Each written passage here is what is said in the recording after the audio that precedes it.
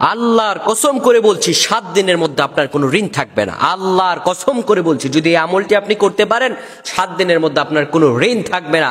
আপনার যত বিপদ আপদ থাকুক, মামলা মোকদ্দমায় জড়িয়ে যান, অনেকেই ঋণগ্রস্ত হয়ে যান, কঠিন অবস্থা হয়ে যায়, বাড়ি ঘরেও ঋণের জন্য থাকতে পারেন না, কোরআনের এই আয়াতের আমলটি করুন, আপনার 7 দিনের মধ্যে আল্লাহ তাআলা হয়তো ঋণ আপনার দুর্ব্যবস্থা করে দিবেন, আপনার ঋণকে আল্লাহ তাআলা দূর করে দিবেন ইনশাআল্লাহ। আপনি আমলটি ইখলাসের সহিত করতে হবে। প্রিয় বন্ধুগণ আমার, আল্লাহ রাব্বুল আলামিন পবিত্র কোরআনুল কারীমে আমাদেরকে এমন কিছু দোয়া শিক্ষা দিয়েছেন, যে দোয়াগুলো কোনো মানুষ যদি ঠিকভাবে আদায় করতে পারে আর আল্লাহ তাআলার কাছে চাইতে পারে, রব্বুল আলামিন বলেন, বান্দারে উদউনি, আমার কাছে যাও, আমি তোমারে দিয়ে দিব, ইস্তাজিব লাকুম, আমি তোমাদেরকে দিয়ে দিব, যা চাইবা চাইতে দেরি হবে, কিন্তু আমি রব্বুল আলামিন তোমাকে দিতে দেরি করব না। সুবহানাল্লাহ পড়েন। প্রিয় বন্ধুগণ আমার, আপনি যদি চাইতে পারেন আল্লাহ রাব্বুল আলামিনের কাছে হৃদয়ের ভালোবাসা দিয়ে আল্লাহ তাআলা আপনাকে দিয়ে দিবেন। নবীজি আমার স্পষ্টতর আমাদেরকে জানিয়েছেন, যখন তোমরা বিপদে পড়ে যাবা, কঠিনতম অবস্থা তোমাদের হয়ে যাবে, কখনো ঘাবড়ে যাবে না, কেননা যতই কঠিন অবস্থা হোক না কেন আল্লাহ রাব্বুল আলামিন তোমাদেরকে ঠিক তখনই সহযোগিতা করবেন। যত কঠিন অবস্থা আপনার হোক না কেন, আপনি যদি সেই কঠিন অবস্থায় আল্লাহ রাব্বুল আলামিনকে ডাক দেন, রব্বুল আলামিন বলেন, আমার কাছে বান্দা চাইতে দেরি হবে, কিন্তু আমি দিতে দেরি করব না। তো ঋণ থেকে মুক্তি হওয়ার অনেক অনেক আমল আমরা পেয়েছি, অনেক দোয়া আমরা পেয়েছি, কিন্তু আজকে আপনাদেরকে আমি একটা আয়াত শিখাবো।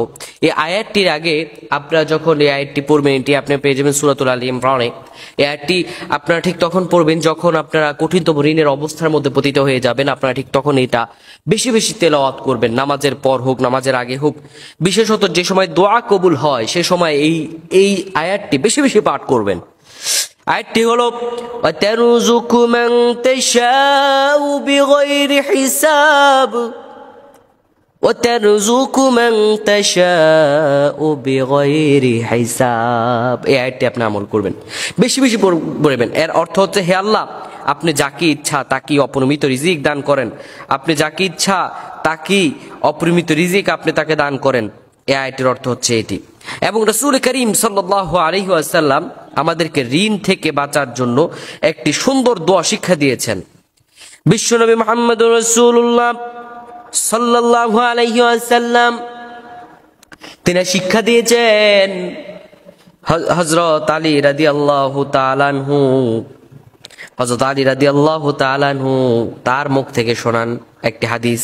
হাদিসটি এসেছে তিরমিজি শরীফের হাদিস নাম্বার 3563 নাম্বার হাদিস, 3563 স্পষ্টতর হাদিস। হযরত আলী রাদিয়াল্লাহু তাআলা আনহু বসে আছেন। এক ব্যক্তি হযরত আলী রাদিয়াল্লাহু তাআলা আনহুর কাছে আসলেন, এসে বললেন, আলী, আমার ঋণ পরিশোধ করার জন্য আপনি আমাকে কিছু সম্পদ দেন, কিছু আমাকে একটা পথ বাতলিয়ে দেন, আমি কিভাবে ঋণ পরিশোধ করব আপনি আমাকে বলেন।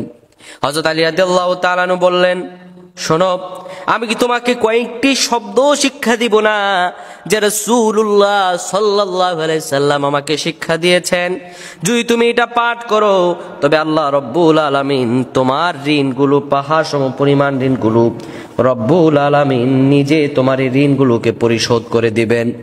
তোমার পাহাড় সম পরিমাণ ঋণ হোক না কেন, আল্লাহ রব্বুল আলামিন তোমার ঋণগুলোকে পরিশোধ করার দায়িত্ব গ্রহণ করে নিবেন। সুবহানাল্লাহ। সেই দোয়াটি কি?